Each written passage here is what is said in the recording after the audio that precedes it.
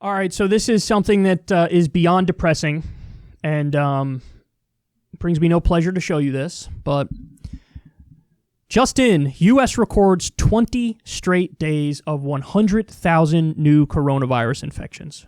20 straight days. By the way, it's more than that now, depending on when this video hits YouTube. 20 straight days. 20 straight days of more than 100,000 new coronavirus cases. Now, BNO Newsroom says, another double donut day in Australia, no new domestic cases of coronavirus, and no new deaths. How do you explain that? How do you explain that difference? Listen, we could have been in a situation like that, but we didn't respond effectively. You could either do economic shutdowns, but pair that with either wage replacements for people or universal basic income. That would have worked, and we would have kept our numbers down if we did that. Or you could keep most things open with some limited shutdowns and just mandate everybody wears masks, and also everybody has some sort of eye coverings. I think there's a strong argument for either one of those approaches. If you do the economic shutdowns and you pay people, that does limit freedom more because you just can't do things that people would want to do and want to be out and about there in society. And, you know, if you shut everything down, of course, that does sort of limit freedom in a sense. But that would also be a lot more effective in dealing with the outbreak. That also would really have held the numbers down. So from a health perspective, that's the way to go. But then, yeah, you could have gone the original Japan route and had universal masks, basically, and some limited shutdowns, but kept everything else relatively normal. And if you did that, we would have kept the numbers down. It still would be more people with COVID than if you did the shutdowns.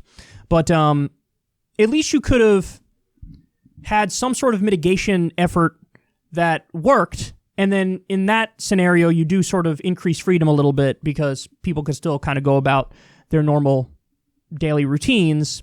And just the only difference is you're wearing a mask and you're covering your eyes. You could go one of those two ways, and that's it. Any other approaches, I think, are just crazy. Like what we have here in the U.S. is obviously a mishmash of different state rules. So there's no real federal response. It's all state by state. And you also have, different states. Some states have mask mandates. Some states don't. It sticks in some places. It doesn't in others. And because you have such a fractured, broken down, delegated out response, we're doing terribly. We had like a half-ass shutdown, and then the shutdown ended, and now everybody's kind of going back to normal life, even though our cases are skyrocketing. And when you compare us to how other countries handle this, it really is embarrassing. It's like with a lot of things these days. When you look at our healthcare system compared to other developed countries, embarrassing. Student loan debt situation, embarrassing. COVID cases, embarrassing.